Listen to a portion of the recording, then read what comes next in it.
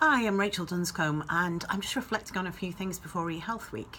So first of all, I've been asked to talk about the big opportunities that there are for people in health tech, and I think actually health tech is the most interesting space to work in. I've worked in other industries, and for me, we're unveiling some of the most interesting conundrums and puzzles about being human with the data that we have.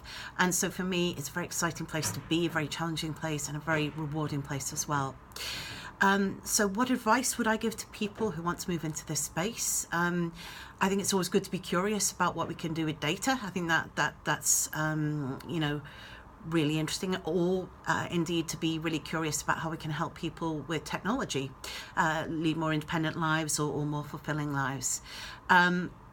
I think going to study these things is also really good. So I'd really encourage people into careers in data science and to take these sorts of, subjects at university and indeed schools, and especially, groups that traditionally haven't taken it. So women and certain, groups with different backgrounds have not necessarily come up through tech routes in the same way as, other people have. So I'd like to see more women there and more representation from varied groups.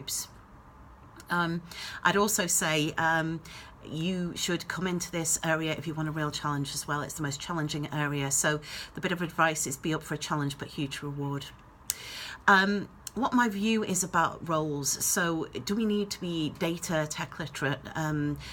There's room for everybody in this space. So, the question is, do you need to be one thing or another? There's, absolute room for everybody in healthcare technology. So be that a nurse, be that a doctor, just everybody who has an interest in this space, there will be something to suit you. We're using things like user-centered design. We're sitting down with patients and working out what suits them. So we'll work on the very personal side of it, working on user journeys, we're working on data, we're working on analytics and imaging.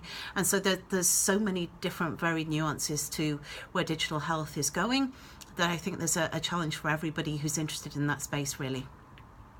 So I'm really looking forward to Ehealth Week, 15th, 16th of May, and certainly I think we're going to be discussing these sorts of things in far greater depth there. So hopefully we'll see all of you there.